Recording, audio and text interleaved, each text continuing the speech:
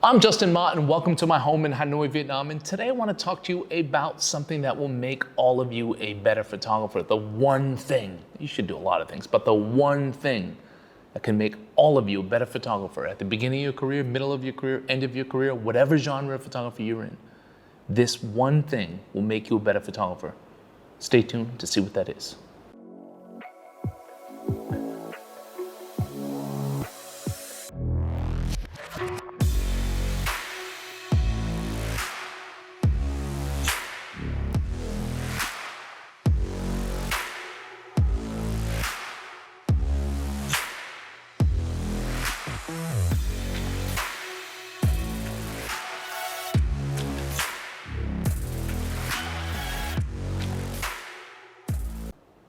So many of you have guessed it. Today I'm going to be talking about personal projects, the importance of personal projects in photography. And while I'm dropping all these P's, I should make a note that I have listened to your advice about the audio system. A lot of you said too much reverb, audio wasn't great, using the shotgun mic on camera because it's pretty far away.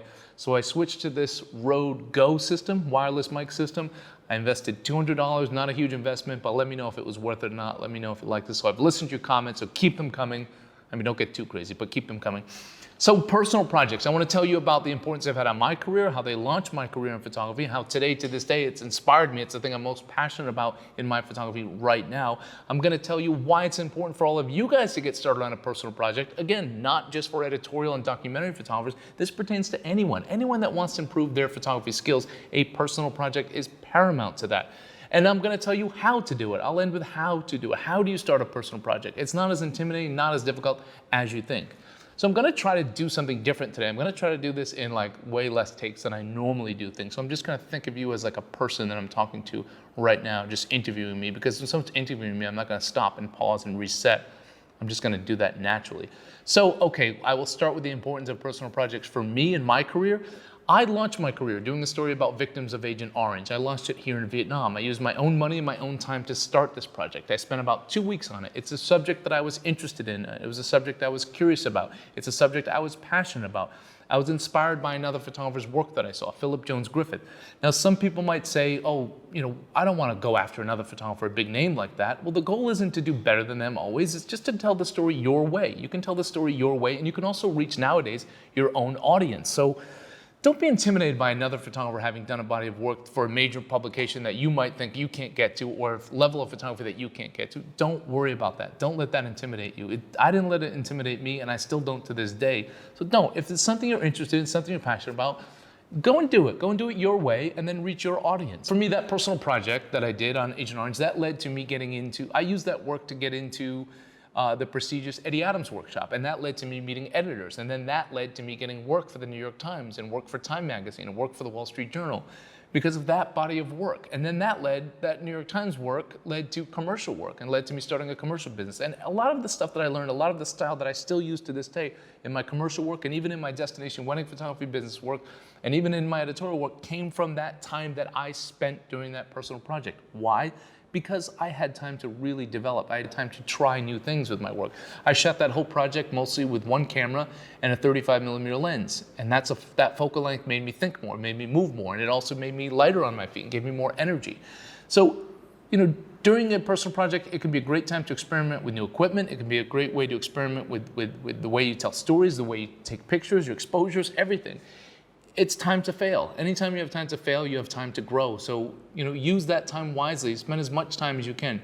And that was the beginning of my career. That was 10 years ago. And then here I am 10 years later starting a new personal project, Kindred Guardians, on another subject that I'm interested in, another subject that I've been passionate about and wanted to do for a long time. Now, I would recommend all of you don't take 10 years in between projects. That's the biggest mistake I can have. A lot of these talks I'm going to give you are mistakes that I had that I don't want you to make the same mistake. So Kindred Guardians for me is my personal project documenting people around the world who dedicate their lives to helping animals.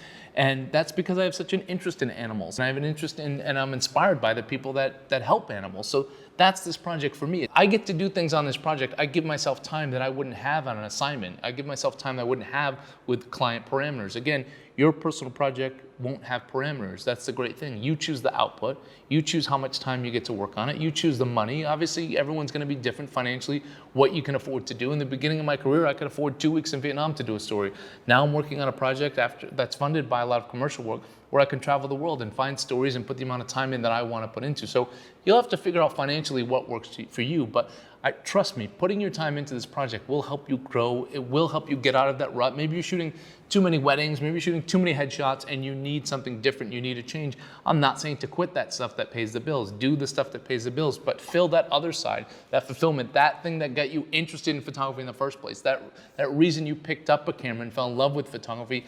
Don't fall out of love with it. You can get back to that. Even if you're working and you're busy, you can get back to it. I made the mistake, so I'm a hypocrite telling you this, but don't get away from it. Don't make the same mistake I have. Pick up that camera and go shoot what you love to shoot. You might just love to shoot birds. Go shoot birds or ants or self-portraits, whatever it is, spend time on it. So the how part is as easy as going out there, spending some time, go for a walk, clear your head a little bit, think about something you're interested in, think about something you're passionate about, think about a project that you can grow into. You don't want a project that after a week you're gonna run out of things to do. So think about a project you can grow into. That doesn't mean you need to travel the world. It could just mean make it a subject matter that's diverse, that gives you different opportunities to be creatively, photographically in a different way. So make sure you choose something that you can grow into. Understand if a project's not working out early on and you get out if it's not working and try something new. Understand the difference between that and a low time in your project. Now, even the greatest projects, you will have some downtime or some low time. You might go out and do a part of your story and you might not have produced the work that you wanted to, or the subject matter might not have been as visual as you wanted to be. That's okay. You've got to ride out those downs because it will be an up. And the longer you go, the curve will get like this. It'll get better and better and better and better because you'll start to understand what is working, what's not working, and you'll know how to avoid those things. But be ready for those ups, which are great. Be ready for the downs as well. Don't quit during those downs. And now, how do you do it? Like for me, I have to hold myself accountable. So when I have a project idea, I launch it and I promote it and I start like my own Instagram for it and I just put it out there and I hold myself accountable in a newsletter or post. I hold myself accountable because that's what works for me. That might not work for you, but that's what works for me. So find what works for you creatively, or you might even work with a separate editor if you have a budget or a friend that wants to help you, and that friend can hold you accountable too. Like, oh, what have you produced recently? You know, helping you with the edits and things like that. So find out what keeps you motivated to keep shooting it. But again, all those things, you won't have to worry about them as much if you chose something in the beginning, something that you care about. Another little note I want to make in there is don't pick a subject or don't pick something that you're doing because you think you're going to get praise for it or win a contest for it. That won't motivate you in the end. That won't make you a better photographer, and it won't even lead to work. People think photography contests, you win them and you get a bunch of work. It doesn't work that way. Yeah, of course, some people win these and they get work, but most of them don't. If you're good, you're good. If you're bad, you're bad. If you win a contest, you won the contest. Take the prize, enter it, fine, but it doesn't mean you're gonna get work just because of that. And to really launch it, it's as simple as once you have that idea, it's not sitting on that idea and let it fester inside your mind and never get anywhere. It's as simple as saying today, right after this video, or even now, cut me off now, go get your boots, lace them up, put your battery in your camera, get out there and go shoot. Just start it right now. What are you waiting for? You've had an idea. Most people probably do have an idea in your head.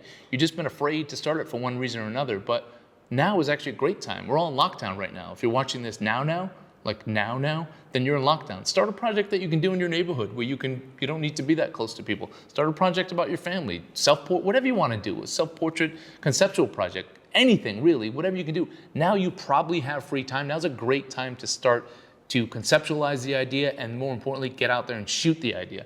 In addition to all that, the best part is the purity of it, is your personal project. There will be nothing more pure in your body of work. There'll be nothing more you than the body of work that you're going to produce in a personal project, because you have zero parameters and it is 100% from your heart and your mind. And if you do it well, if you do it really well, this is what you'll be known for. This will be your legacy project. You'll be known as this body of work. This work is more you than anything else you will ever produce in your entire career. So I hope you enjoyed that today. Thank you guys. I hope you're getting out there. I hope you're lacing up your boots right now as I say this and actually turning me off. Get out there, shoot. If you like this episode, please hit the like button and please share it. And most importantly, please subscribe. Thank you.